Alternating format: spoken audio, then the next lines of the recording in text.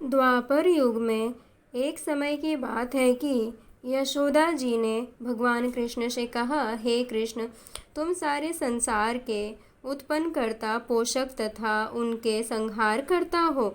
आज कोई ऐसा व्रत मुझसे कहो जिसके करने से मृत्यु लोक में स्त्रियों को विधवा होने का भय न रहे तथा यह व्रत सभी मनुष्यों की मनोकामनाएं पूर्ण करने वाला हो। भगवान श्री कृष्ण कहने लगे, हे माता, तुमने अति सुंदर प्रश्न किया है। मैं तुमसे ऐसे ही व्रत को सविस्तार कहता हूँ। सौभाग्य की प्राप्ति के लिए स्त्रियों को 32 पूर्णिमासियों का व्रत करना चाहिए। इस व्रत के करने से स्त्रियों को सौभाग्य संपत्ति मिलती है। यह व्रत अचल सौभाग्य देने वाला एवं भगवान शिव के प्रति मनुष्य मात्र की भक्ति को बढ़ाने वाला है। यशोदा मैया जी कहने लगी, हे कृष्ण, सर्वप्रथम इस व्रत को मृत्यु लोक में किसने किया था, इसके विषय में विस्तार पूर्वक मुझसे कहो। भगवान श्री कृष्ण जी कहने लगे कि इस भूमंडल पर एक अत्यंत प्रसिद्ध राजा चंद्रहास से पालित अनेक प्रकार के रत्नों से परिपूर्ण कातिका नाम की एक नगरी थी। वहाँ पर धनेश्वर नाम का एक ब्राह्मण था और उसकी स्त्री अति सुशीला रूपवती थी। दोनों ही उस नगरी में बड़े प्रेम के साथ रहते थे। घर में धन धान्य आदि की कमी नहीं थी। उनको एक बड़ा दुख था कि उनके कोई संतान नहीं थी। इस दुख से वह अत्यंत दुखी रहते थे। एक समय एक बड़ा तपस्वी योगी उस नगरी में आया। वह योगी उस ब्राह्मण के घर को छोड़कर अन्य सब घरों से भिक्षा लाकर भोजन किया करता था। रूपवती से वह भिक्षा नहीं लिया करता था। उस योगी ने एक दिन रूपवती से भिक्षा न लेकर किसी अन्य घर से भिक्षा लेकर गंगा किनारे जाकर भिक्षान्न को प्रेम पूर्वक खा रहा था कि धनेश्वर ने योगी का यह सब कार्य किसी प्रकार से देख लिया। अपनी भिक्षा के अनादर से दुखी होकर धनेश्वर योगी से बोला, महात्मन, आप सब घरों से भिक्षा लेते हैं परंतु मेरे घर की भिक्षा कभी भी नहीं लेते, इसका कारण क्या है? योगी ने कहा कि निसंतान के घर की भीख पतितों के अन्न के तुल्य होती है और जो पतितों का अन्न खाता है वह भी पतित हो जाता है। चूँकि तुम निसंतान हो, अतः पतित हो जाने के भय से मैं तुम्हारे घर की भिक्षा नहीं लेता हूँ। धनेश्वर यह बात सुनकर अपने मन में बहुत दुखी हुआ और हाथ जोड़कर योगी के पैरों पर गिर पड़ा तथा आर्त भाव से कहने लगा, हे महाराज, यदि ऐसा है तो आप मुझको पुत्र प्राप्ति का उपाय बताइए। आप सर्वज्ञ हैं, मुझ पर अवश्य ही यह कृपा कीजिए। धन की मेरे घर में कोई कमी नहीं, परंतु मैं पुत्र न होने के कारण अत्यंत दुखी हूँ। आप मेरे इस दुख का हरण करें, आप सामर्थ्यवान हैं। यह सुनकर योगी कहने लगे, हे ब्राह्मण, तुम चंडी की आराधना करो। घर आकर उसने अपने स्त्री से सब वृत्तांत कहा और स्वयं तप के निमित्त वन में चला गया। वन में जाकर उसने चंडी की उपासना की और उपवास किया। चंडी ने 16वें दिन उसको स्वप्न में दर्शन दिया और कहा, हे धनेश्वर, जा, तेरे पुत्र होगा, परंतु वह 16 वर्ष की आयु में ही मृत्यु को प्राप्त हो जाएगा। यदि तुम दोनों स्त्री पुरुष 32 पूर्णमासियों का व्रत विधि पूर्वक करोगे तो वह दीर्घायु होगा। जितनी तुम्हारी सामर्थ्य हो, आटे के दिए बनाकर बाबा शिव जी का पूजन करना, परंतु पूर्णमासी को 32 हो जाने चाहिए। प्रातःकाल होने पर इस स्थान के समीप ही तुम्हें एक आम का वृक्ष दिखाई देगा। उस पर तुम चढ़कर एक फल तोड़कर शीघ्र अपने घर चले जाना। अपनी स्त्री से सब वृत्तांत कहना। ऋतु स्नान के पश्चात वह स्वच्छ होकर भगवान श्री शंकर जी का ध्यान करके उस फल को खा लेगी। तब बाबा शंकर भगवान की कृपा से उसको गर्भ हो जाएगा। जब वह ब्राह्मण प्रातःकाल उठा तो उसने उस स्थान के पास ही एक आम का वृक्ष देखा जिस पर एक अत्यंत सुंदर आम का फल लगा हुआ था। उस ब्राह्मण ने उस आम के वृक्ष पर चढ़कर उस फल को तोड़ने का प्रयत्न किया, परंतु वृक्ष पर कई बार प्रयत्न करने पर भी वह न चढ़ पाया। तब तो उस ब्राह्मण को बहुत चिंता हुई और विघ्न विनाशक भगवान श्री गणेश जी की वंदना करने लगा।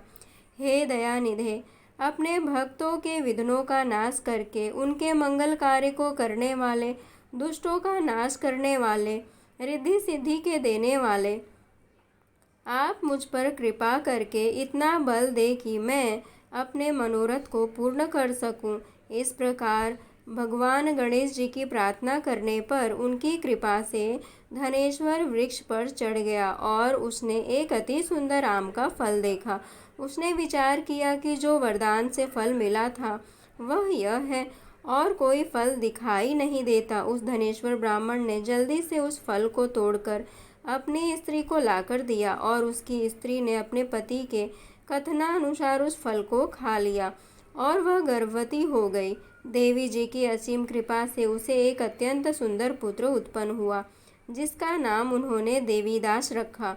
माता पिता के हर्ष और शोक के साथ वह बालक शुक्ल पक्ष के चंद्रमा की भांति अपने पिता के घर में बढ़ने लगा।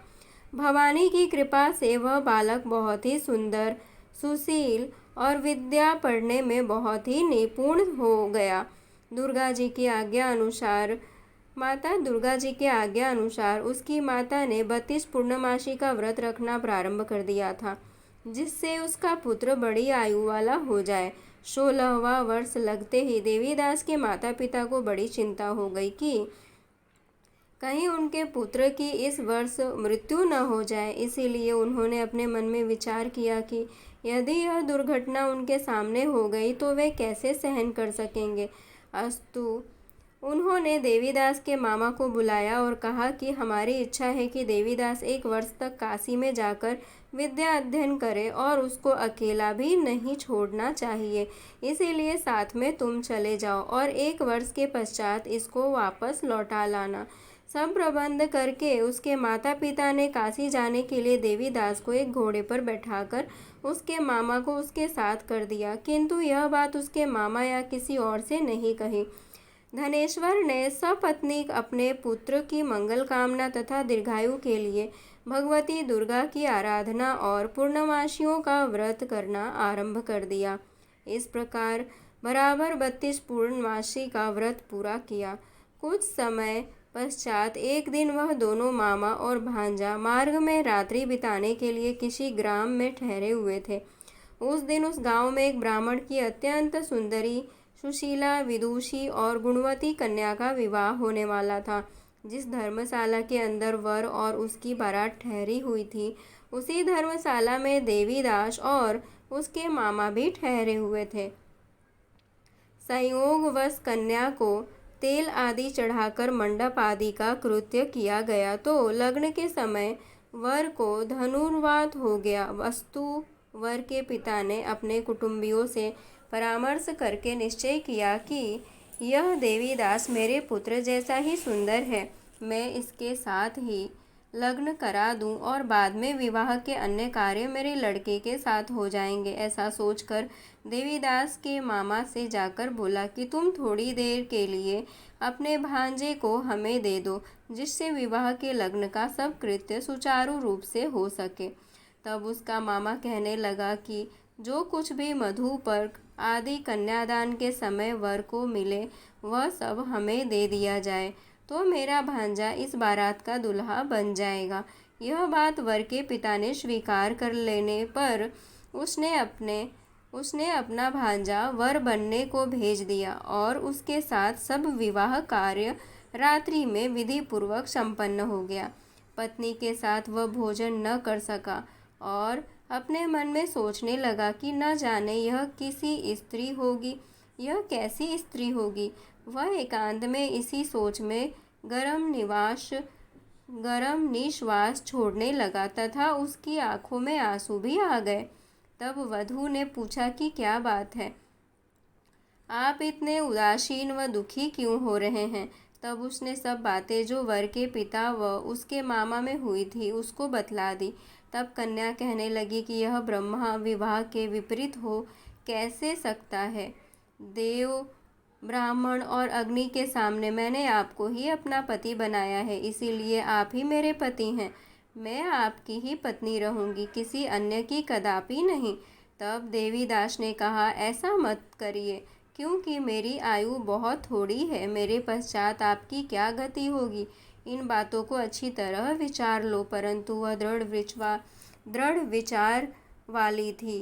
बोली कि जो आपकी गति होगी वही मेरी गति होगी। हे स्वामी, आप उठिए और भोजन करिए, आप निश्चय ही भूखे होंगे। इसके बाद देवीदास और उसकी पत्नी दोनों ने भोजन किया तथा शेष रात्रि वे सोते रहे।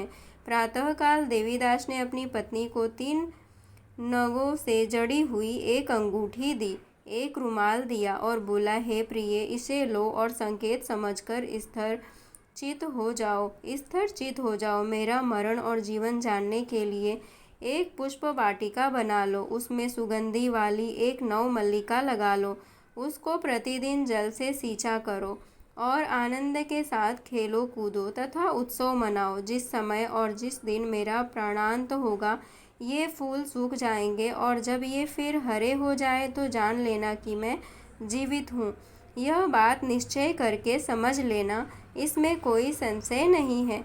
यह समझाकर वह चला गया। प्रातःकाल होते ही वहाँ पर गाजे बाजे बजने लगे और जिस समय विवाह के कार्य समाप्त करने के लिए वर तथा सब बाराती मंडप में आए तो कन्या ने वर को भली प्रकार से देखकर अपने पिता से कहा कि यह मेरा पति नहीं है, मेरा पति वही है जिसके साथ रात्रि में मेरा पाणी ग्रहण हुआ था। इसके साथ मेरा विवाह नहीं हुआ है। यदि यह वही है तो बताए कि मैंने इसको क्या दिया। मधुपर्क और कन्यादान के समय जो मैंने भूषण आदि दिए थे उन्हें दिखाए तथा रात में मैंने क्या गुप्त बातें कही थी वह सब सुनाए। पिता ने उसके कथनानुसार वर को बुलवाया। कन्या की यह सब बातें सुनकर वह कहने लगा कि मैं कुछ नहीं जानता। इसके पश्चात लज्जित होकर वह अपना छोटा सा मुंह लेकर चला गया और सारी बारात भी अपमानित होकर वहां से लौट गई। भगवान श्री कृष्ण बोले, हे माता, इस प्रकार देवीदास काशी विद्याध्ययन के लिए चला गया। जब कुछ समय बीत गया तो काल से प्रेरित होकर एक सर्प रात्रि के समय उसको डसने के लिए वहां पर आया। उस विषधर के प्रभाव से उसके शयन का स्थान चारों ओर से विष की ज्वाला से विषैला हो गया, परंतु व्रतराज के प्रभाव से उसको काटने न पाया, क्योंकि पहले ही उसकी माता ने 32 पूर्णिमा का व्रत कर रखा था। इसके बाद मध्याह्न के समय स्वयं काल वहाँ पर आया और उसके शरीर से उसके प्राणों को निकालने का प्रयत्न करने लगा, जिससे वह मूर्छित होकर पृथ्वी पर गिर पड़ा। भगवान की कृपा से उसी समय देवी पार्वती जी के साथ बाबा श्री शंकर जी वहाँ पर आ गए। उस लड़के को मूर्छित दशा में देखकर माता पार्वती जी ने बाबा भगवान शंकर जी से प्रार्थना की कि हे महाराज, इस बालक की माता ने पहले 32 पूर्णिमा का व्रत किया था, जिसके प्रभाव से हे भगवान आप इसको प्राण दान दें। भवानी के कहने पर भक्त वत्सल भगवान श्री शिव जी ने उसको प्राण दान दे दिया। इस व्रत के प्रभाव से काल को भी पीछे हटना पड़ा और देवीदास स्वस्थ होकर बैठ गया। उधर उसकी स्त्री उसके काल की प्रतीक्षा किया करती थी। जब उसने देखा कि उस पुष्प वाटिका में पत्र पुष्प कुछ भी नहीं रहे तो उसको अत्यंत आश्चर्य हुआ, और जब वह वैसे ही हरी भरी हो गई तो वह जान गई कि वह जीवित हो गए हैं। यह देखकर वह बहुत प्रसन्न मन से अपने पिता के कहने लगी कि पिताजी, मेरे पति जीवित हैं, आप उनको ढूंढिए। जब 16वां वर्ष व्यतीत हो गया तो देवीदास भी अपने मामा के साथ काशी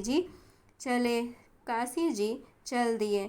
इधर उसे ससुर उसको ढूंढने के लिए अपने घर से जाने वाले ही थे कि वह दोनों मामा भांजा वहां पर आ गए। उसको आया देखकर उसका ससुर बड़ी प्रसन्नता के साथ अपने घर में ले आया। उस समय नगर के निवासी भी वहां इकट्ठे हो गए और सबने निश्चय किया कि अवश्य ही इसी बालक के साथ इस कन्या का विवाह हुआ था। उस बालक को जब कन्या ने देखा तो पहचान लिया और कहा कि यह तो वही है जो संकेत करके गया था। तदुपरांत सभी कहने लगे कि भला हुआ जो यह आ गया और सब नगरवासियों ने आनंद मनाया। कुछ दिन बाद देवीदास अपनी पत्नी और मामा के साथ अपने ससुर के घर से बहुत सा उपहार आदि लेकर अपने घर के लिए प्रस्थान किया। जब वह अपने गांव के निकट आ गया तो कई लोगों ने उसको देखकर उसके माता पिता को पहले ही जाकर खबर दे दी कि तुम्हारा पुत्र देवीदास अपनी पत्नी और मामा के सहित आ रहा है।